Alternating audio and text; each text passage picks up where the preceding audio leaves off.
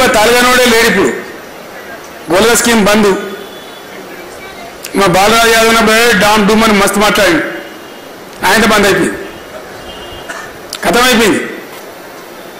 ఇప్పుడు డిపాజిట్ వాపస్ ఇస్తారు దళిత బంధు డబ్బులు మనం వేసినా మన గవర్నమెంట్ వేసినా కూడా ఫ్రీజ్ చేసిండ్రు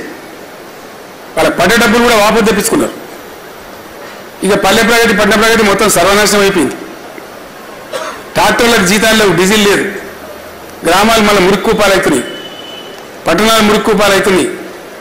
ఇంటిగ్రేటెడ్ మార్కెట్లు మంజూరు చేస్తే నిలిచిపోయినాయి స్పెషల్ ఫండ్స్ నేను సీఎం ఉన్నప్పుడు మంజూరు చేస్తే అన్నీ రద్దు చేసింది ఇక దవాఖాన్ల పరిస్థితి మరీ దారుణం తయారైపోయింది మనం కేసీఆర్ కిట్లు పెట్టిన తర్వాత ఆ దోపిడీ నుంచి విముక్తి పేద ప్రజలంతా సర్కార్ దవాఖాన్లో లైన్ కట్టేది మళ్ళీ ఇప్పుడు బంద్ వెనక పోతా ఉన్నారు అంటే రివర్స్ అవుతా ఉంది అదంతా కూడా ఈ పరిణామాలన్నీ